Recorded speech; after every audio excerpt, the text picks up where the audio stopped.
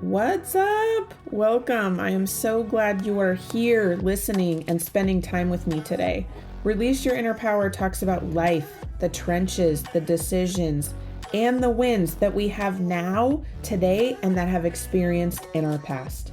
There are stories, encouragement, tools, and tips to take those next steps to release that inner power and connect with something that is said or someone, a special guest maybe, that will boost your week.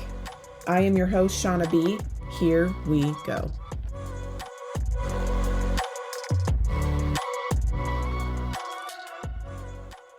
Welcome to Release Your Inner Power podcast. I am excited today. We have a special guest that we just met recently and started chatting, and she's such a wonderful human being. Welcome, April Arielli, to the podcast.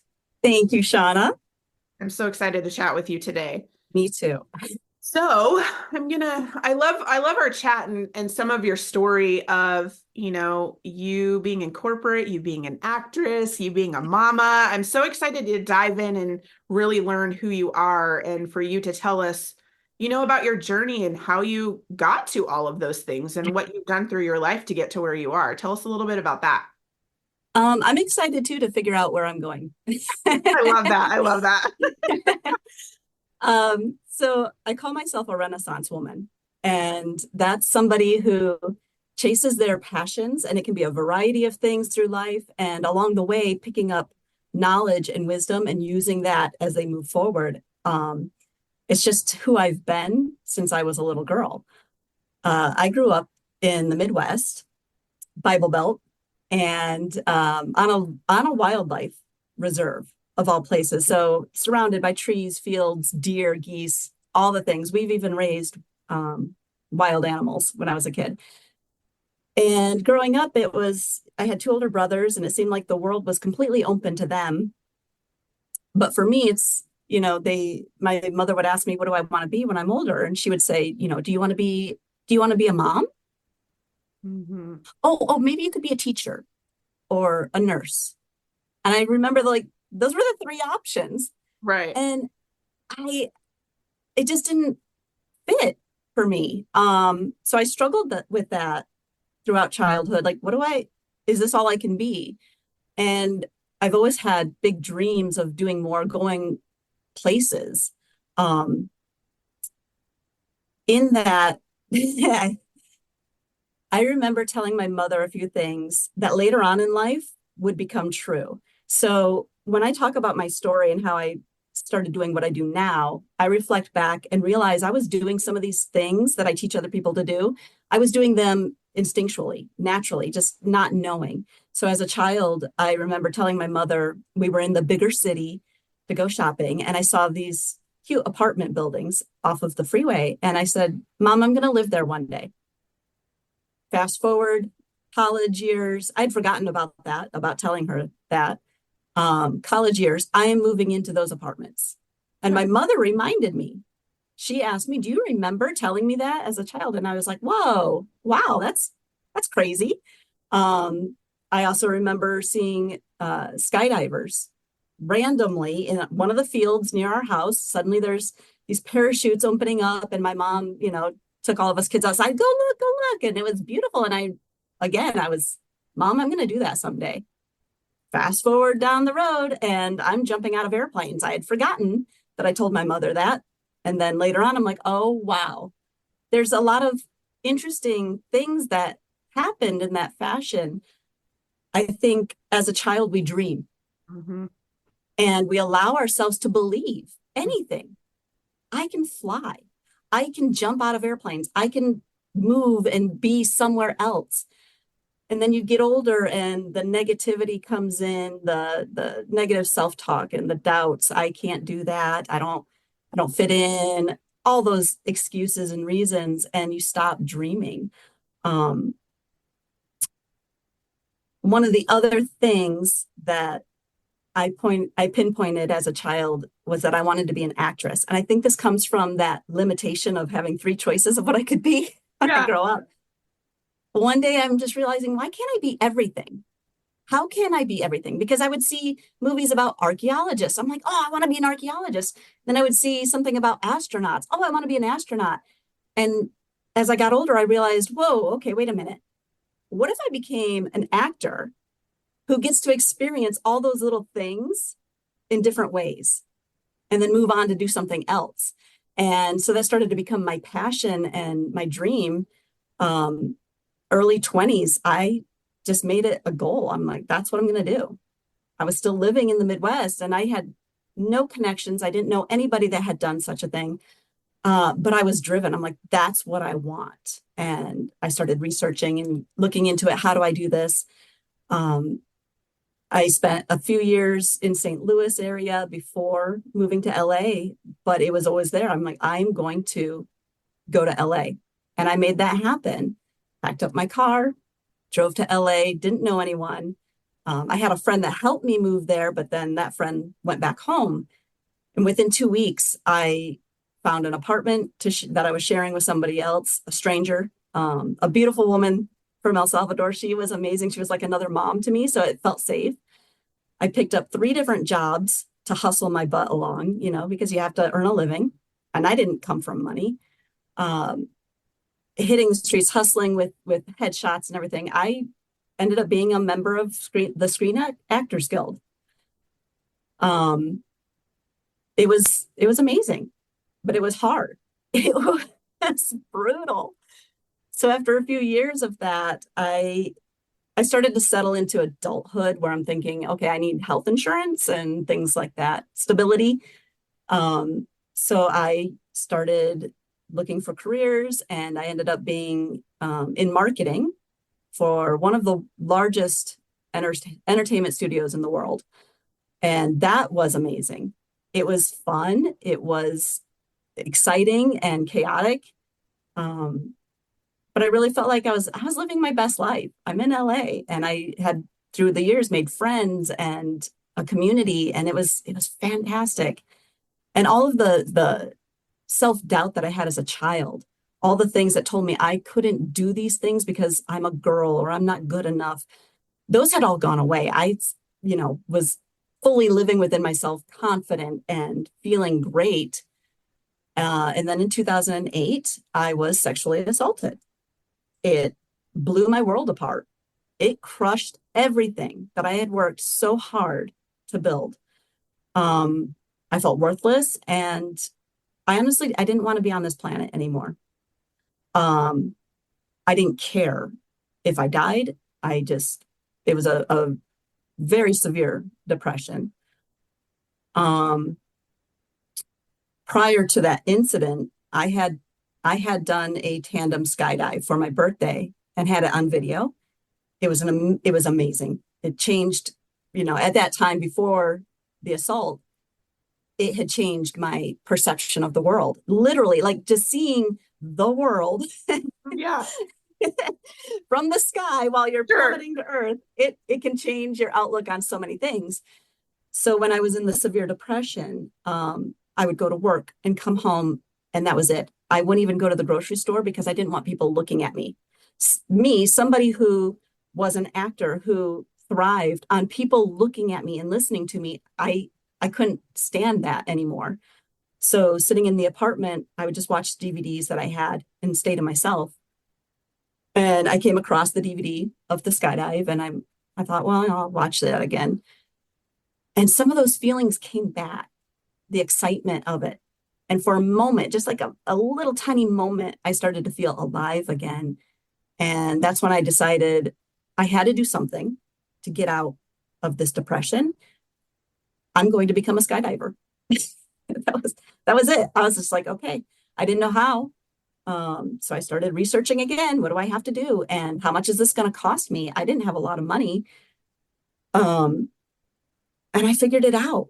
I went ahead and called the place, made the appointment to start the training, drove the 3 hours to get there, spent all day learning how to save my own life, when in reality at that time, I didn't even care. I was just like, all right, if the parachute doesn't open, oh well. Right. Yeah. At least it'll be a great ride. And I'm so glad that you can laugh about that now. I mean, you know what I mean? well, Like I I I find it, yeah. have to I have to commend you though for you growing up in the Midwest and packing your car up and driving to LA and like literally driving into the unknown. You don't I had know never been there what, before, never yeah, even visited. you don't know what's happening. You don't know where you're going, where you're going to start, but you're like, I'm doing this. And like the drive that you had and I mean, I'm sure it was scary, but just Oh yeah. it was probably like this whole like nervous, excited energy where you're like, I'm scared, but at the same time, like you had to have known that you were going to, there had to be some belief there about you knowing I'm going to become an actress. I'm going to do the thing for to push you to do that. But like that is so cool that you took the step. You just like kind of threw everything out the window that you've been told your whole life about what you're supposed to do. And you're just like, no, I'm going to do this and I'm going to make it and it's going to be fun. And you just like did the steps and totally had this whole belief in yourself. Like that's so cool to have. You know, I thank you for seeing it that way. I don't know that yes, I had belief in myself. There were still some doubts. But I think the overriding thought was, how will I know if I don't try? Right. It was such a big dream and it seemed so impossible, but yet I wanted it so badly. I just knew that if I never tried, I would end up dying someday going, man, I wish I had Right. done it Right. just to see if I could, Mhm. and yeah, I didn't think that I was the, when you say actor, it's like, I didn't think that I was the best looking person and that I was hot and that, I'm gonna, like Sure. those thoughts were never there. I actually had a lot of doubts about my looks and my appearance and how I speak, everything. But I wanted to experience it so badly Mhm. that I did throw everything out. I'm going to tell you something. I don't tell too many people. So here it is. It's going to be out there. I was married at the time. I had gotten married to a wonderful man, but when we married, or when he proposed, I told him, you know that I'm going to move to LA or New York, right? Because I'm going to be an actor. I literally had to tell him that. And I don't know if he didn't believe me or thought that I would change my mind. He was like, yeah, of course. And a year after getting married, I was still working on all these plans and I was voicing it to him like, look, I'm going to, this is the information I know, and this is how I'm going to do this. And he would just like nod, okay. Like, I don't know if he really thought I was going to do it or not. And I did, I left him behind. I didn't divorce him. I'm just like, this is what I have to do. And then after being in LA for a bit, it's like, yeah, this marriage is not going to work. Right. Right. So I left that stability behind too, just to do this. And it was scary. I love that you said that scary excitement because I think that was a driver as well. I embraced it. I embraced the excitement of it. Yes, there were the two sides of the coin, Right. scary and exciting. I chose to embrace the exciting part. Right. But I feel like how I say it is it's when you have nervous, excited energy, that's when you lean in. Like that's when Ah, you're like, oh, it's there. yeah, Lean in, go do the thing because there's more there in you than you even give yourself credit for at first. And then when you start taking the steps like you did, it's like you prove to yourself, you're like, oh yeah, look what I just did. And then you want to take the next step and you're like, oh, look at that step. Look at what I yeah. did, So then it like builds this whole the like nervous and like fear goes down and the excitement builds up because you're proving to yourself when you take the steps, like, yes, I did this. Yes, I did this. And it just builds from there even if they're like the little teeny ones, even if they're little Right. teeny or like the big ones, like moving to LA, you know what I mean? Like that's when you lean in and that's what I love about it is like you're like, okay, I'm doing this and you just did it. And then the more you did, the more you were like, yes, I love this. I love this. More of this, please. More of I this. can do this. And Yeah. it like started that ball rolling for you and you really got to, like working the jobs, hustling, then you became part of the Actors Guild and all of that. Like that is so cool. That is so cool. It's so fun. I love that. I think I think you nailed it. I mean, you're a coach as well. And this is what we try to help our clients understand is that if you take the small step, the dip your toe in Yeah. and build on the successes, that's where the empowerment comes from. Because then, every time you face that scary moment, you can look back and say, oh, but wait a minute, I've already climbed up this far and nobody can take that away from me. So now what's another little step? And just breaking it down into the smallest steps possible, you do build that confidence Mm-hmm. to be able to go on and do bigger things. I know, and I think it's so cool.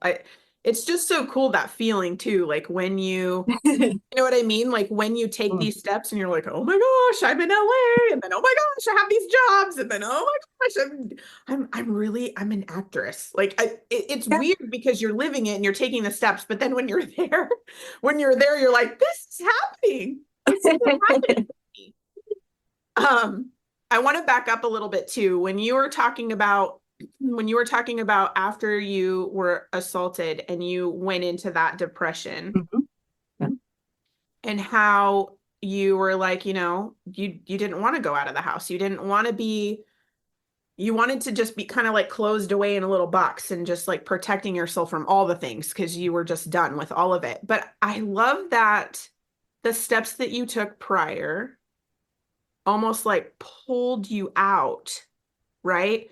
Because you were just like, whatever, I'm watching DVDs. Okay, I'm going to watch this. And then you just happened to stumble upon the one that what I call ignited your flame, right? It ignited you Yeah. to the point where you were like, I have to do something different because I'm not feeling this every day of just being at home and watching the DVDs. But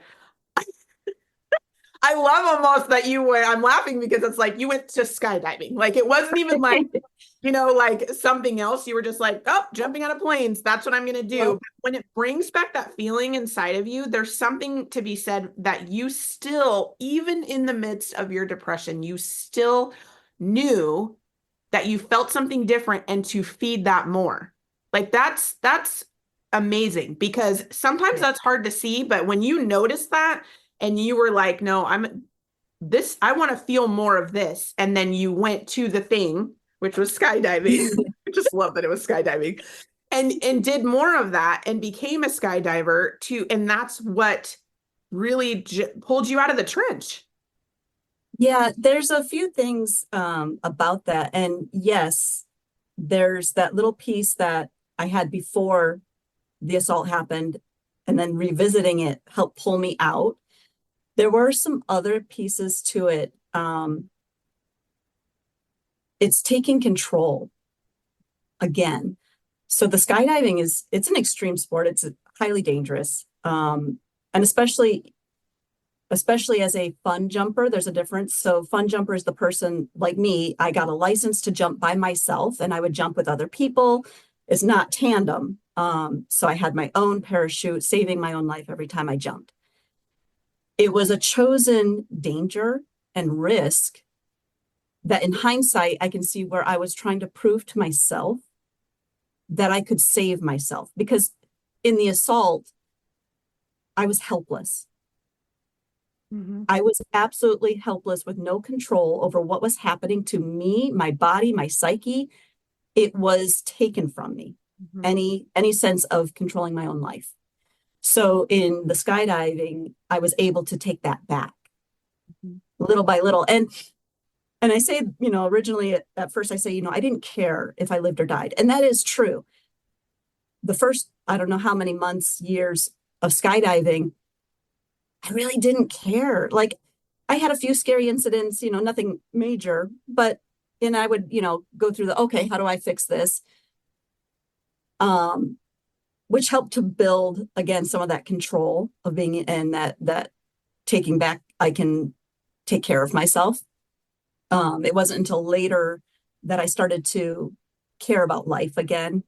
So yeah, there's definitely pieces of it that I was drawn to help me feel alive, but then also just to, for myself, as it was therapeutic. It really was.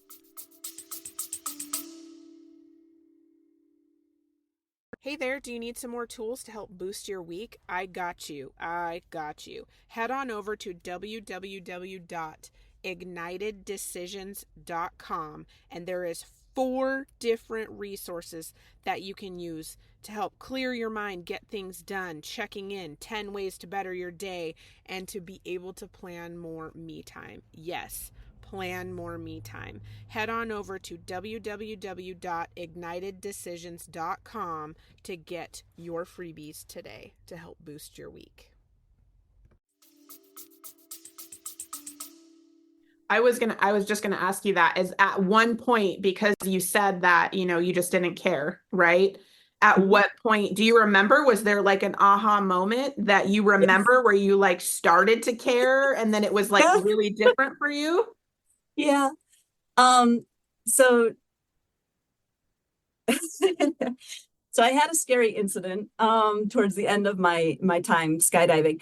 Leading up to that, there were friends in the skydiving community that died. So that's part of the nature of it.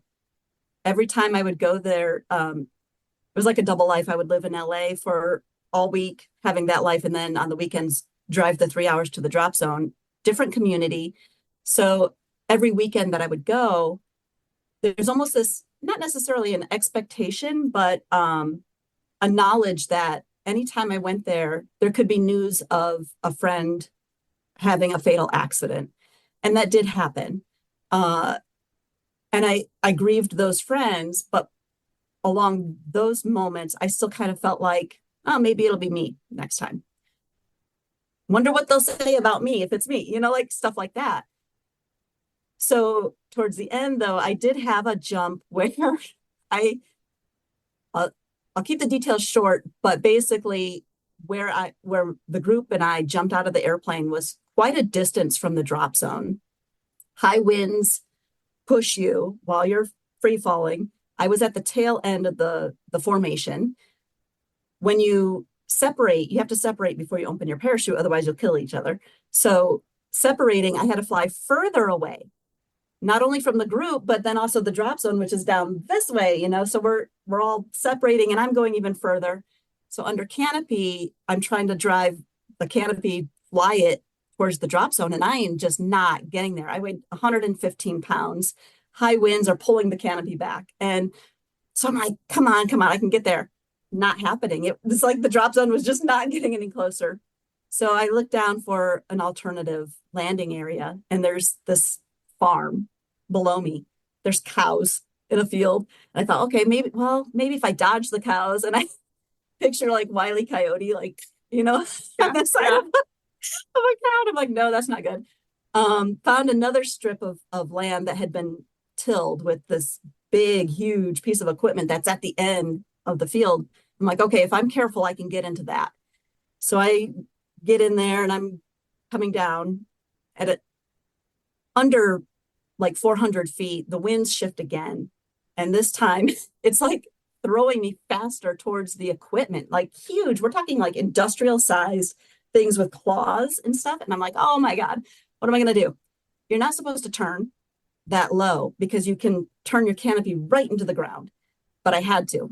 I mean, at least in my mind, that was my only option. So I turned, which flung my body over and into the ground. I blacked out for a minute. I don't know, probably had a concussion. I'm not sure. Yeah. And luckily, like I said, the ground had been freshly tilled, so it was kind of softer than hard packed earth. I survived. Great. But that was a wake up call. And after that, I did jump a few more times after, but I think that was the moment that I realized I want to live. Mm-hmm. I don't want that to be my end. Yeah, that's crazy. And you probably didn't it probably happened so fast you couldn't even really think about it either until you came to, and then you're like, what just happened? I mean, you were problem solving the whole time, but the end was probably Yeah. like super, you did the thing and everything was, you're flinging around, and then you're like, wait, what? And, Yeah. finally realizing what happened. It That took a while. I mean, days. It took days to really process what had happened. Yeah, I mean, you probably rocked your dome pretty good that you're I did. just trying to like, what's my name? Where am I? The first 24 hours. And then you're like, okay. And then you start remembering little bits of it because I think, when the adrenaline goes so much, it gives us that whole amnesia Mhm. anyways, that it probably takes a little while for you to actually understand through the I think situation. one of the first things I thought, because in hitting the ground, yeah, I was banged up pretty good. I remember my leg was kind of pulled out, and it hurt for weeks later, like in my hips and my joints there. But I'd hit my face somehow, and I remember one of my first thoughts was, "Oh my God, did I ruin my face?" Yeah. Yeah. Yeah. Well, depending on how much it hurt too, you're like, I have no idea. You know what I mean? That's crazy. That is crazy. So when you had that wake up call and you're like, I want to live, and you jumped a couple more times, where then did you go from there? Um, as far as, I guess my question is, what do you mean by that? Where did I Like go in from your there? in your life, like when you're like, okay, Uh, I have this wake up call, like I want to live, I want things to change, I want to do X. Like that was what was the next thing for you after that that? was a difficult time, actually, because skydiving had become such a big part of who I was. I giving that up left a big void, and I did start to reevaluate my life at that point. I was in my mid 30s, and things like, do I want to have a family? My dating life was always a roller coaster. While I while I was in LA, I had one steady boyfriend early on for 2 years. He was amazing, and things just didn't work out between us. And after that, it was just always, revolving door. So I didn't have prospects of a serious relationship. And um, so yeah, I had a lot of questions like, where do I see my life? Do I want to be single? Do I want to be a mom? Um, there were some other things that had happened in that time that put me in another depression. Somebody that I was dating at the drop zone. We dated for a couple of years and we were very much in love. And then I found out he was married. Oh no. Oh I guess he no. was, I said that I was living a bit of a double life all week in LA and then the weekends there. Yeah, he was too. so, so that rocked my world a little bit too. So I gave up the skydiving and I lost this relationship that meant a lot to me. Um, a friend of mine, I say a friend, it was somebody that I had dated years before. We had stayed connected and we're still kind of friends. He helped me with a family crisis that I had back in Michigan. I asked him to come with me if he wanted to meet my family since he was helping me with this, and he went with me. I got the notion he wanted to date again, and I told him, I'm not going to date you again. We are not, I just can't do it again. But while we were there, he proposed instead. So here's where I'm a little bit crazy. I really thought about it and I'm like, wow, maybe it's better to be friends first. And there were a lot of other thoughts about me helping his business because I came from that corporate marketing world. I could help him with his business, and it was growing at the time. And we talked about being partners more than anything, friends and partners that build the business, have a family, which was important to him as well. I thought, why not? Yeah. I know that's kind of stupid, maybe. I don't know. I went with it. So we got married and immediately got pregnant. So that's where my life took another swing into something else, and I became mom. That how did that feel? Like you I feel like your life was more like free and like doing, doing the crazy things, making the decisions, going here, doing that, and just changing it on a dime. And then you become, you're married and you become mom. Was it kind of like, did it feel like a screeching halt for you, or was it just like another adventure? Like, what was your perception of that? It was a screeching halt. Yeah. It Yeah. really was when we got married and I got pregnant. I had to move. His business was 5 hours away in another city. So I gave up my marketing career, moved to be with him, of course, because now he's my husband. And it didn't make sense for me to start working again since I was pregnant. And we don't have family near us, any kind of support. So I knew I would have to stay home to raise the children. Um, so yeah, I lost so much of my identity and also my own support, my friends, everything that I knew. So yeah, it felt like an absolute screeching halt. I was excited Mm-hmm. about the new adventure. Mm-hmm. And it, but it was quite a difference. And you're right. Yeah, I had a very free lifestyle before that. And suddenly I was tied down. I I don't think I can think of it in any other terms for me, because especially after my first one was born, I mean, you as a mom probably understand this. You're not free to just get up and, oh, I think I'm going to go Right. do XYZ today. Yeah. Nope, that's not it at all. So it was difficult. Well, tell me about your momhood. Like, tell me a little bit about that. How many kiddos do you have? Two, Two I have kiddos? two. Yeah. A boy and a girl. So got that. I'm like, okay, that's enough for me. Yeah. It was, yeah, I had a lot of postpartum depression with both. I breastfed both of them for just over a year, which I'm all for. A fed baby is a happy baby, so do what you got to do. I wanted to try breastfeeding and I made it a goal. Obviously, and since I wasn't working, I thought I should be able to do this. It was a struggle. It was horrible. Yeah. I I went to these, what's the I forget the name of the group now, La Leche I think meetings. so. Yeah. Mm-hmm. And there's these moms that they're talking and they've got their babies strapped to them and the baby's like feeding away and they're just like, oh, doing all these things. I'm like, okay, I can do that. I can do that. And then my kids come along and I'm like trying to do all the things and I couldn't do it. Yeah. It was, and producing enough breast milk was an absolute nightmare. I don't know. I don't know how so many do it. I honestly don't. And if I had been working at the time, I would have given it up. I would have had to have just said, what, I can't do this. It was, you know, it was all consuming. I was constantly thinking about supplements and pumping and feedings. And yeah, it was a lot. All But consuming is a really good way to describe that. yeah. Yeah. And also, like, I have a cousin who, similar age as me, we always looked very similar. She had children right around the same time.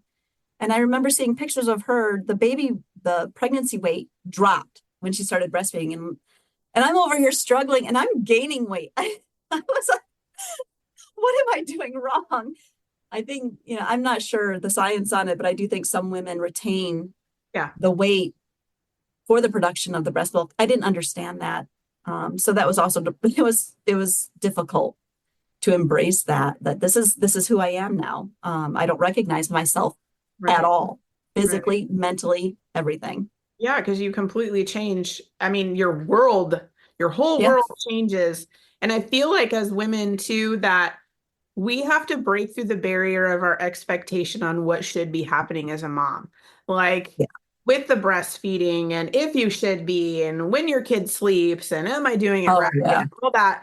And I feel like we put so much pressure on it that that is a lot of our fight that actually consumes a lot of our like capacity. And when we're, trying to take care of this new little peanut, that's a lot Yeah. to do also. But then in our heads, we're doing all this crazy battling of, what we should be doing and how it's supposed to be done. And working through the letting go part of what's actually going to work for you and your kid and not, beating yourself up about it in the process. It's like a whole thing we have to do in our heads also. It's just crazy. Yeah. We all Yeah. go through it. For me, it was impossible.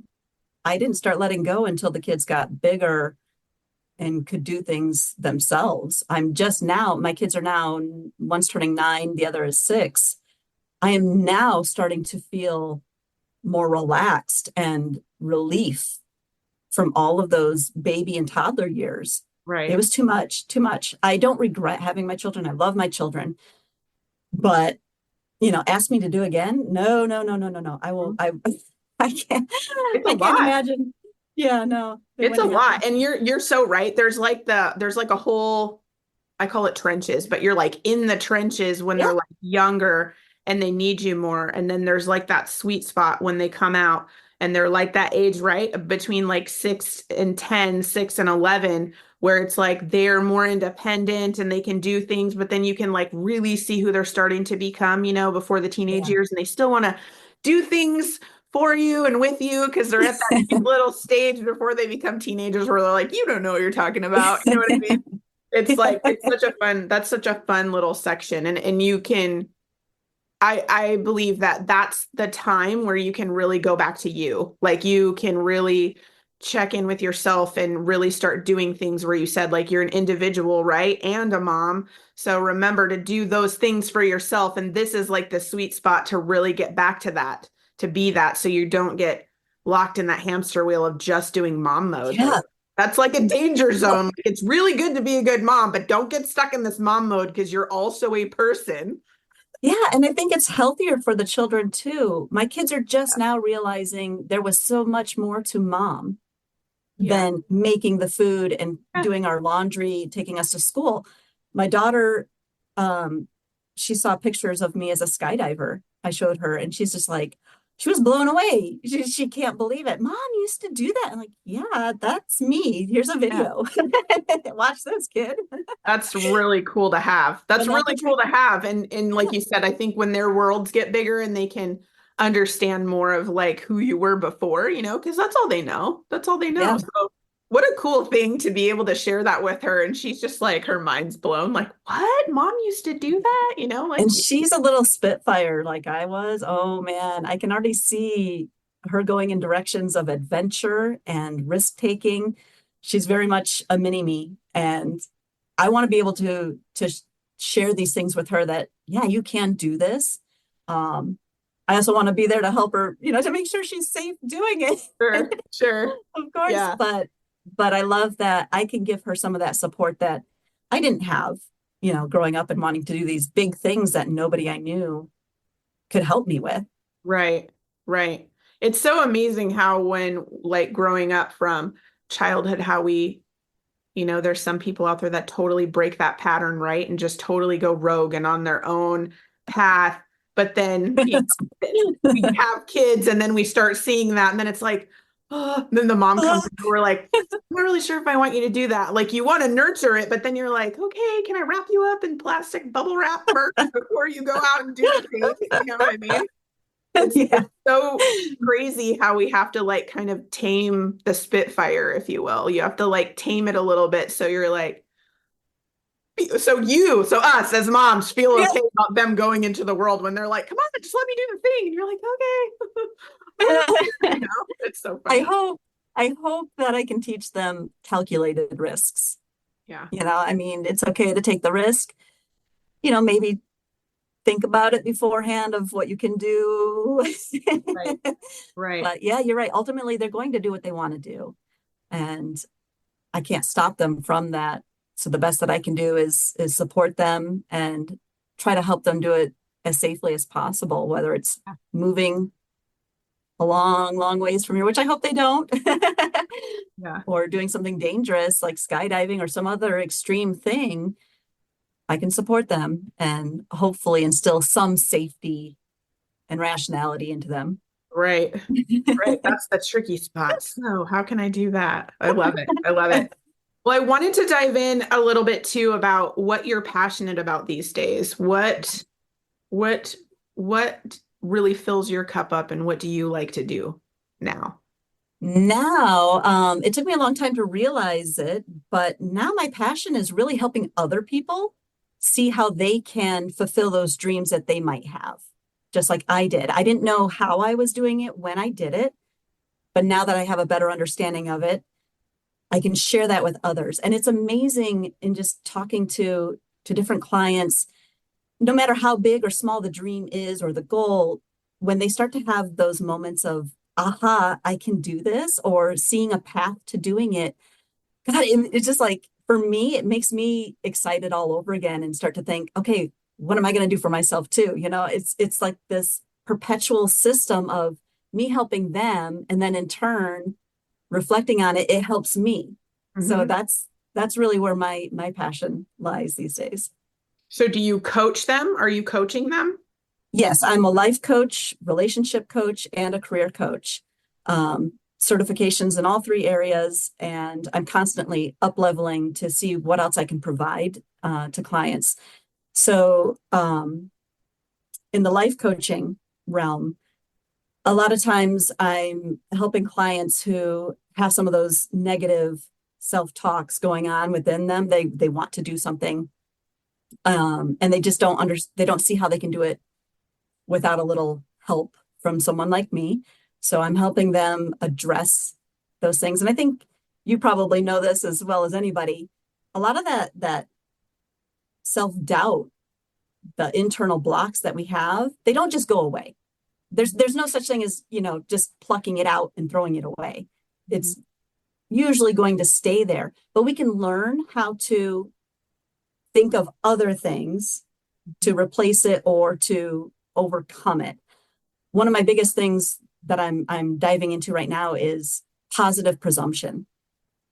So in everything that I did, there's a few things that I can recognize that I did unintentionally to get to where I am. Positive presumption is one of them. And that's kind of along the lines of positivity and laws of attraction. So positive presumption is telling your brain that you can do something, you're going to do something. Our brains and our minds are wired to prove us right. So when you constantly have the negative self-talk saying you can't do something, your brain looks for evidence that, yep, you're right, you can't do it, and here's why.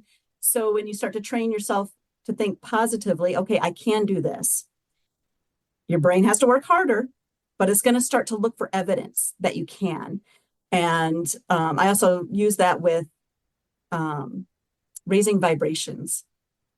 Part of manifesting stuff is if you start to vibrate at a higher frequency, you attract that back in. I think one of the best examples I can think of is in unhealthy relationships. You have somebody who comes out of a really horrible situation and they haven't dealt with it with therapy or, for themselves. So maybe they're severely depressed or they have addictions or they have whatnot, emotional trauma. They tend to attract other people that have the same. Mm-hmm. Vibrating on that frequency, here comes somebody else, and it's like a magnet. So if you can recognize that and start doing little things to elevate yourself internally, then you start to shine that outwardly. And that's what other people who have similar frequencies are going to be drawn to. Sorry, I love No, talking. it's great. I love it. I love it. All of it. I love that that's what you work on. It's similar, like when you were talking about the voices, how they don't go away. I call that taming your dragon because it's like always going to be there and you got to learn Yeah, to it's going to be work there. with it. So I Yep. love that you brought that up. And I love how you said, with your brain, it's so right. Because I also say your results are what you've been thinking because Yeah. it's going to, that's what it is. Like if you think you can't, or you think you can, like they say you are right. So it's like, it's so cool that you brought that up. I love that. When you tell somebody not to think about something, then that's all they think about Yeah. because you put it there. Yeah. So why not tell yourself what to think of? Exactly. Exactly. I love it. So let the listeners know where they can find you if So they want to look you up. on social media, I'm mostly active on Instagram, and that's at April Arielli, Arielli. I have my website, which is aprilarielli.com. Those are the two primary ways to find me. And I think in your show notes, I'm going to add a bit link so that if anyone wants to just have the free meet and greet with me, we can talk about where you are, where you want to get to, how I can help you. 30 minutes. Just go ahead and schedule it from the the bit.ly link that we're going to include. I love that. I love that. I love the meet and greet. That's so great. So I like to ask all of my guests that are on the show. Go ahead.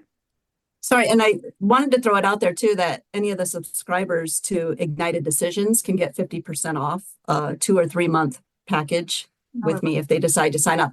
You still have to first do the meet and greet, and I call it take the first step.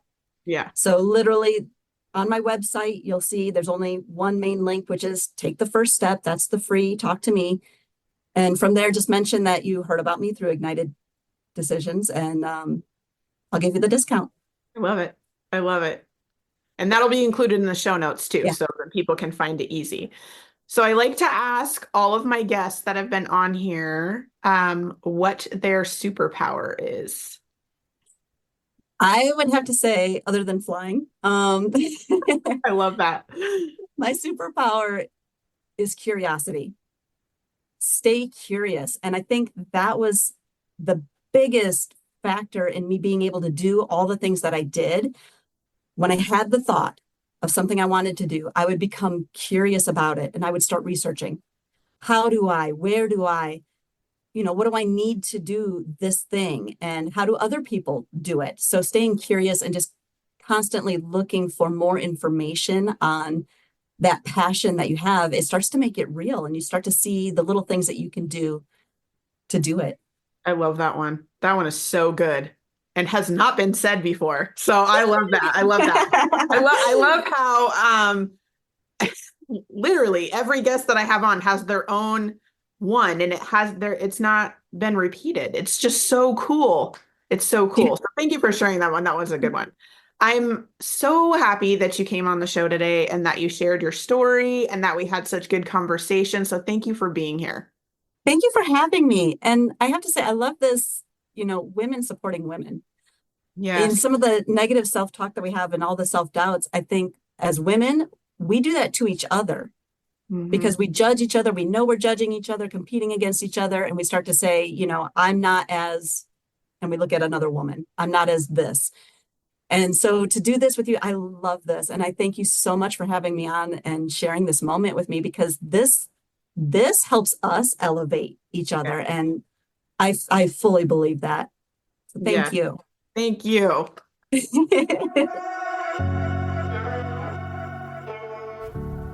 Thank you for listening to today's episode. I hope you enjoyed the conversation, learned something new, or got some gems to take away that will boost your week. I release a new episode each week, so make sure to click that follow button to not miss what is coming next. If you love the show or want to share a story, send me a quick message. I love hearing from listeners. If you know someone who needs this episode in their life, go ahead and share it with them. I'm sure they would love you for it. If you are looking to connect more, check out the show notes for all the social links, my website. I would love to hear how this episode helped you and what you loved about it. If there's a topic you want to hear about, send that too. All right, ladies, now is the time to release your inner power.